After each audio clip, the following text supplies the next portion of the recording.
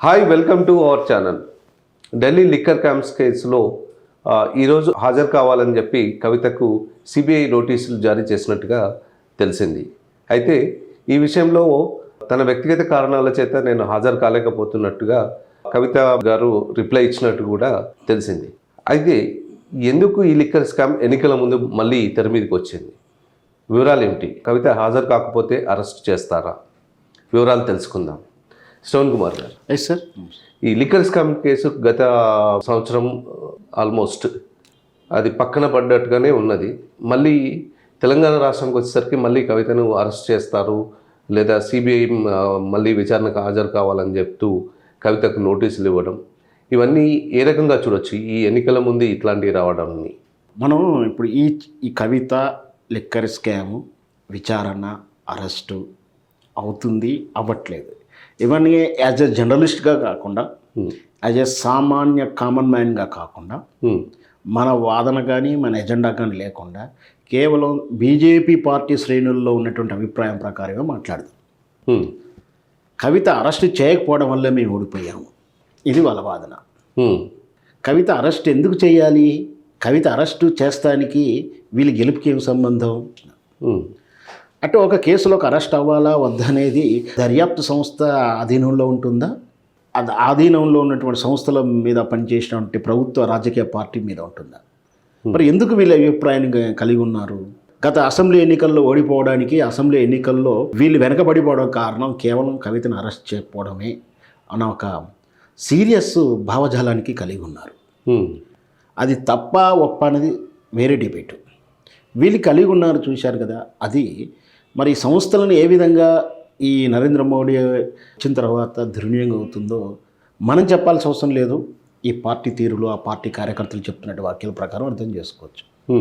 ఒక ఊహ మీద లేదా ఒక కల్పన మీద లేదా ఒక సంఘటన అంటే ఏంటంటే, ఒకవేళ ఒక లిక్కర్ స్కామ్ జరిగింది సాక్ష్యాధారాలతో బయటపడ్డప్పుడు, లేదా ఇక్కడ స్కామ్ జరిగింది అని ఒక అపోహతోటి విచారణ చేయొచ్చు.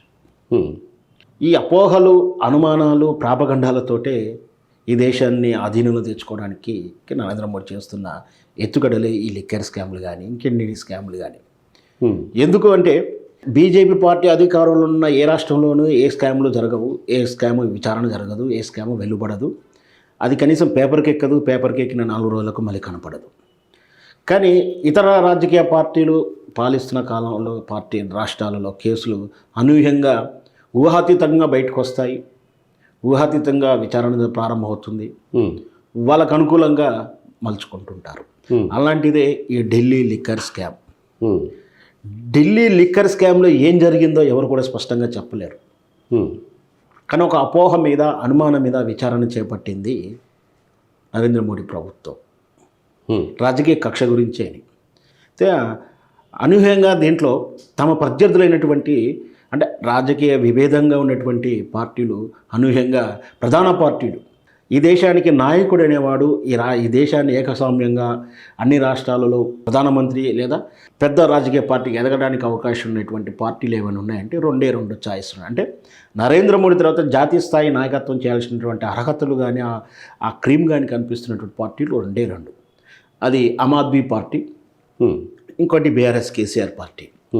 వీళ్ళని ఎదగకుండా, తనకు పోటీ రాకుండా ఉండటానికి ఈ కేసును అడ్డం పెట్టుకొని వాళ్ళని నేలుగారుస్తూ భయపెట్టిస్తూ వాళ్ళని ముందుకెళ్లకుండా, జాతీయ రాజకీయాల్లో కీలక పాత్ర వహించకుండా, వీళ్ళ తప్పులని ఎజెండాలని భారతీయ జనతా పార్టీ నరేంద్ర మోడీ తీస్తున్నటువంటి అవినీతి కానీ, వాళ్ళ అసమర్థతను కానీ, వాళ్ళ వైఫల్యాన్ని కానీ ప్రశ్నించకుండా బ్లాక్మెయిల్ చేయడానికి సెంటిమెంట్గా ముందు తీసుకొస్తున్నాయి లిక్కర్ స్కామ్ లాంటిది. అందుకనే 2023 అసెంబ్లీ ఎన్నికల ముందు దాన్ని బూచిగా చూపించి అరెస్ట్ చేయరు. అరెస్ట్ చేస్తే వీళ్ళ దగ్గర పట్టుపోతుంది. ఆ తర్వాత కవితను అరెస్ట్ చేస్తే ఇది తప్పు కేసు, ముందుగా అపోహల మీద కేసు, దీని నిరూపణ జరగలేనటువంటి కేసు, కేవలం తప్పుడు బెదిరింపు వాంగ్మూలాల దాని మీద వీళ్ళని ఏదో చేస్తున్నారు. నిజంగా ఉంటే ఇప్పుడు అరెస్ట్ అయ్యేది అసలు. సో ఒకవేళ అరెస్ట్ చేస్తే కేసీఆర్ సింహంలో ఎదురు తిరుగుతాడు. కాబట్టి కేసీఆర్ని బూచిగా భయపెట్టిస్తూనే దీన్ని మభ్యపెడుతూనే ముందుకు తీసుకొచ్చారు.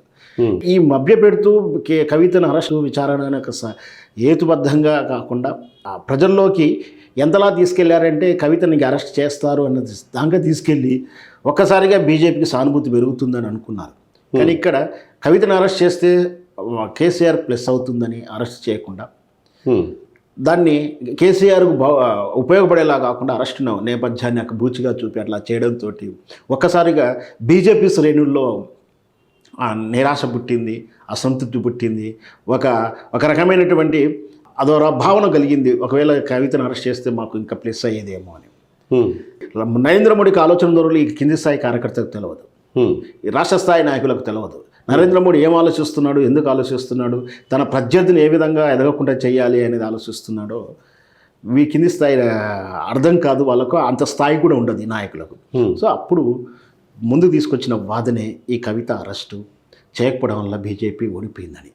ఈ ఎన్నికల నేపథ్యంలో ఇప్పుడు రానున్న లోకసభ ఎన్నికల్లో కూడా ఈ వాదాన్ని ముందు తీసుకొచ్చి ప్రజల్లో ఒకమైనటువంటి అలజడి సృష్టించడానికో, ప్రజల్లో ఒక రకమైన భావన కలిగించడానికి మళ్ళీ నోటీసు రూపంలో ముందుకు వస్తుందని అనుమానంగా ఉంది. అందుకని ఇంకొకటి, దీంట్లో ఆ రోజు 160 సెక్షన్ కింద ఇచ్చిన నోటీసు ఈరోజు 41A మారింది. అసలు ఎందుకు, ఏ ఉద్దేశం? ఈ కేసు కోర్టులో పెండింగ్ ఉండగా మళ్ళీ ఎలాంటి విచారణ అవకాశం లేదంటూ చెప్పినటువంటి సిబిఐ ఈరోజు మళ్ళీ ఎందుకు విచారణ పిలుస్తుందంటూ నాకు అనుమానాలు తావిస్తుంది. రాజకీయంగా నన్ను ఎదగకుండా ఉండడానికో, రాజకీయంగా నిరోధించడానికి ఇట్లాంటి చర్యలు ఏమైనా చేపడుతున్నారా అంటే ఆమె లెటర్ రాసింది. దానికి సమాధానం రాలేదు. వాస్తవానికి ఈరోజు వెళ్ళాల్సి ఉండే, వెళ్ళలేదు. ఏ విధంగా దర్యాప్తు సంస్థ స్పందిస్తూ మనం వేచి చూడాలి. ఏదున్నా సరే ఇవన్నీ నిందితురాల దోష అని చెప్పడానికి మనం ఎవరూ కాదు. కోర్టు పరిధిలోకి వెళ్ళిన తర్వాత కోర్టు మాత్రమే చెప్తుంది. కానీ ఇందులో రాజకీయ విశ్లేషణను కానీ రాజకీయ కోణం మాత్రమే విశ్లేషించాలి.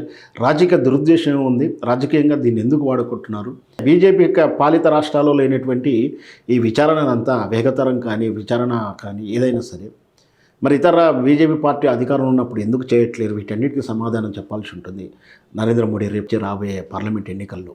ధన్యవాదాలు శ్రవణ్ కుమార్ గారు. థ్యాంక్ యూ అండి.